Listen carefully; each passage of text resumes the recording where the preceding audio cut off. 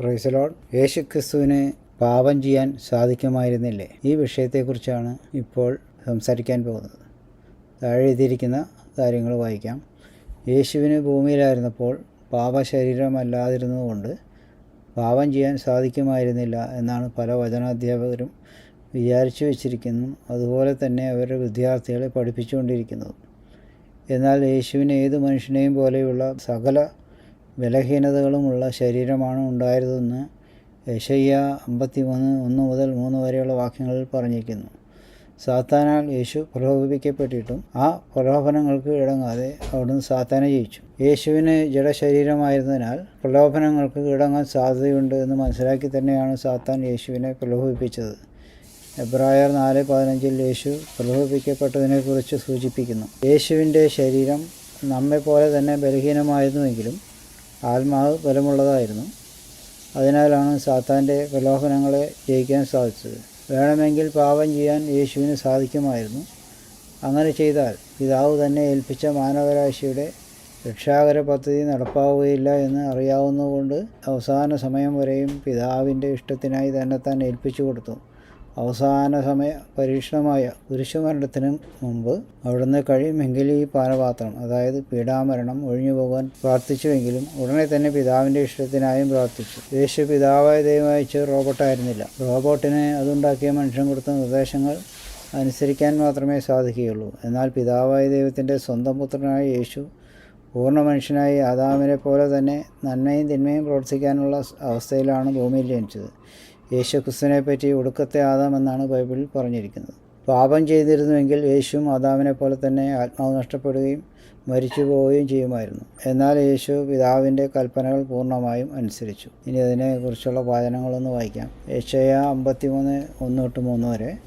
ഞങ്ങൾ കേൾപ്പിച്ചത് ആര് വിശ്വസിച്ചിരിക്കുന്നു? യഹോവയുടെ ഭുജം ആർക്ക് വെളിപ്പെട്ടിരിക്കുന്നു? അവൻ ഇളയ തൈ പോലെയും വരണ്ട നിലത്ത് വേർ മുളയ്ക്കുന്നത് പോലെയും അവൻ്റെ മുമ്പാകെ വളരും. അവന് രൂപഗുണമില്ല, കോമളത്വമില്ല, കണ്ടാൽ ആഗ്രഹിക്കത്തക്ക സൗന്ദര്യവുമില്ല.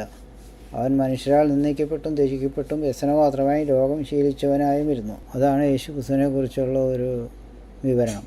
എല്ലാവിധ കഷ്ടങ്ങളും സഹിച്ചു ജീവിച്ച ഒരു മനുഷ്യനാണ് യേശുക്രിസ്തു എന്നാണ് പറയുന്നത്. ശരീരം സൗന്ദര്യവും ഉണ്ടായിരുന്നില്ല എന്ന് പറയുന്നു. ഇത്ര വലിയ രൂപഗുണവും ഇല്ലായിരുന്നു എന്ന് പറയുന്നു. ഒരു സാധാരണ മനുഷ്യനായിരുന്നു എന്നുള്ള രീതിയിലാണ് ഇതിലൂടെ പറയുന്നത്. പിന്നെ മത്തായി 4:1-10 വരെ വായിക്കാം. അനന്തരം പിശാചിനാൽ പരീക്ഷിക്കപ്പെടുവാൻ യേശുവിനെ ആത്മാവ് മരുഭൂമിയിലേക്ക് നടത്തി. അവൻ 40 പകലും 40 രാവും ഉപവസിച്ച ശേഷം അവന് വിശന്നു. അപ്പോൾ പരീക്ഷകനടുത്തു വന്നു, നീ ദൈവപുത്രനെങ്കിൽ ഈ കല്ല് അപ്പമായി തീരുവാൻ കൽപ്പിക്കുക എന്ന് പറഞ്ഞു. അതിന് മനുഷ്യന് അപ്പം കൊണ്ട് മാത്രമല്ല ദൈവത്തിൻ്റെ വായിൽ കൂടി വരുന്ന സകല വചനം കൊണ്ട് ജീവിക്കുന്നു എന്ന് എഴുതിയിരിക്കുന്നു ഉത്തരം പറഞ്ഞു. പിന്നെ പിശാച് അവനെ വിശുദ്ധ നഗരത്തിൽ കൊണ്ടുപോയി ദൈവാലയത്തിൻ്റെ അഗ്രത്തിന്മേൽ നിർത്തി അവനോട്, നീ ദൈവപുത്രനെങ്കിൽ താഴോട്ട് ചാടുക. നിന്നെക്കുറിച്ച് അവൻ തൻ്റെ ദൂതന്മാരോട് കൽപ്പിക്കും. അവൻ നിൻ്റെ കാൽ കല്ലിനോട് തട്ടാതെ നിന്നെ കയ്യിൽ താങ്ങിക്കൊള്ളൂ എന്ന് എഴുതിയിരിക്കുന്നല്ലോ എന്ന് പറഞ്ഞു.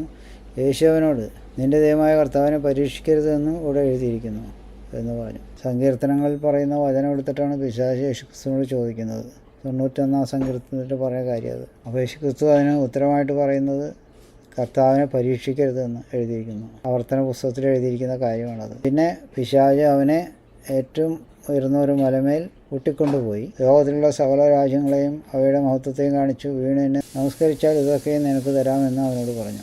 യേശു അവനോട്, സാത്താനെ എന്നെ വിട്ടുക, നിൻ്റെ ദൈവമായ കർത്താവിനെ നമസ്കരിച്ച് അവനെ മാത്രമേ ആരാധിക്കാവൂ എന്ന് എഴുതിയിരിക്കുന്നുവല്ലോ. അത് പുറപ്പാട് പുസ്തകം 20-ാം അധ്യായത്തിൽ പറയുന്ന കൽപ്പനയാണത്. വേറെ ഒന്നിനെ ആരാധിക്കാൻ പാടില്ല എന്നുള്ളതാണ്.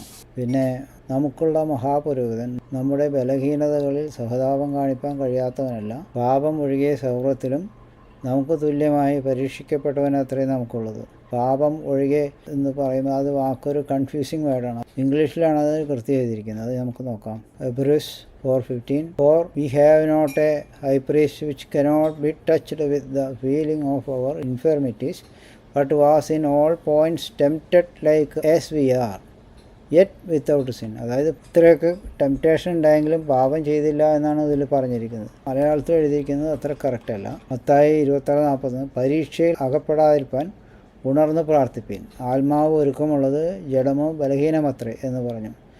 ഇപ്പോൾ ഇവിടെ ആത്മാവ് എന്ന് പറയുന്നത് സ്പിരിറ്റ് എന്നാണ് പറഞ്ഞിരിക്കുന്നത്. ഞാൻ ഇവിടെ കാണിച്ചു തരാം.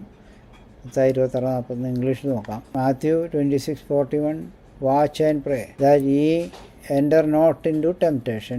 The spirit indeed is willing but the flesh is weak. The spirit എന്ന് പറയുന്നത് പരിശുദ്ധാത്മാവിനെ കുറിച്ചാണ് പറയുന്നത്, അല്ലാതെ സോളല്ല. അപ്പോൾ ആ സ്പിരിറ്റ് എന്ന് പറയുന്നത് ശിഷ്യന്മാർക്കുണ്ടായിരുന്നില്ല. യേശുക്രിസ്തു സ്വർഗാരോഹണം ചെയ്ത് പിതാവിൻ്റെ അടുത്ത് പോയി വന്നതിന് ശേഷമാണ് അവരുടെ മേൽ ഊതി പരിശുദ്ധാത്മാവിനെ സ്വീകരിക്കുവിൻ എന്ന് അവരോട് പറഞ്ഞപ്പോൾ മാത്രമേ അവിടെ പരിശുദ്ധാത്മാവിനെ കിട്ടുന്നുള്ളൂ. അപ്പോൾ ഇവിടെ പറഞ്ഞിരിക്കുന്ന the spirit indeed is willing എന്ന് പറഞ്ഞാൽ അതിൻ്റെ അർത്ഥം യേശുക്രിസ്തുവിൻ്റെ ആത്മാവിനെ കുറിച്ചാണ് ഇവിടെ പറഞ്ഞത്, ശിഷ്യന്മാരെ കുറിച്ചല്ല പറയുന്നത്. അവരോട് പ്രാർത്ഥിക്കാനാണ് പറയുന്നത്. പിന്നെ 1 പത്രോസ് 2:23 തന്നെ ശകാരിച്ചിട്ടും പകരം ശകാരിക്കാതെയും കഷ്ടം അനുഭവിച്ചിട്ട് ഭീഷണം പറയാതെയും ന്യായമായി വിധിക്കുന്നവങ്കിൽ കാര്യം ഭാരമേൽപ്പിക്കത്രേ ചെയ്തത്. അതായത് ഈ കഷ്ടപ്പാടൊക്കെ സഹിച്ചെങ്കിലും തിരിച്ചൊന്നും പറഞ്ഞില്ല. പറയാൻ സാധിക്കാഞ്ഞിട്ടല്ല, പറഞ്ഞില്ല. വേണമെങ്കിൽ തിരിച്ച് ചെയ്യാമായിരുന്നു എന്നാണ് ഇവിടെ പറയുന്നത്. അതുകൊണ്ട് തിരിച്ചൊന്നും ചെയ്യാൻ പറ്റില്ലായിരുന്നു എന്ന് പറയുന്നത് ശരിയല്ല എന്ന് ഈ വായനത്തിൽ നമുക്ക് മനസ്സിലാക്കാം. പിന്നെ മത്തായി 26:39 എന്താണ്?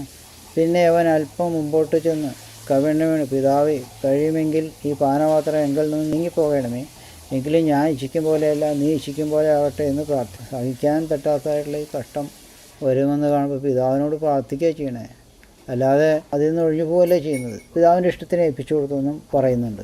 1 കൊരിന്ത്യർ 15:45 വായിക്കാം. ഒന്നാം മനുഷ്യനായ ആദാം ജീവനുള്ള ദേഹിയായി തീർന്നു എന്ന് എഴുതിയിരിക്കുന്നുവല്ലോ. ഒടുക്കത്തെ ആദാം ജീവിപ്പിക്കുന്ന ആത്മാവായി. അതായത് ഒന്നാം മനുഷ്യനായ ആദാം ഫ്രീ വില്ലോടുകൂടി ദൈവം അയച്ച ഒരു സൃഷ്ടിയായിരുന്നു. പക്ഷേ ആദാം കൽപ്പന ലംഘിച്ചുകൊണ്ട് ആത്മാവ് മരിച്ചുപോയി. ആ സമയത്ത് ഒടുക്കത്തെ ആദാമായ യേശുക്രിസ്തു കൽപ്പന ലംഘിച്ചില്ല. ശരീരം ബലഹീനമായിരുന്നുവെങ്കിലും ആത്മാവ് ദൈവത്തിൻ്റെ ആയതുകൊണ്ട് മാത്രമാണ് യേശുക്രിസ്തുവിന് പിശാചിനെ ജയിക്കാൻ പറ്റിയത്. അത് ദൈവത്തിൻ്റെ പദ്ധതിയാണത്. ഇത്രയും പറഞ്ഞുകൊണ്ട് നിർത്താണ്.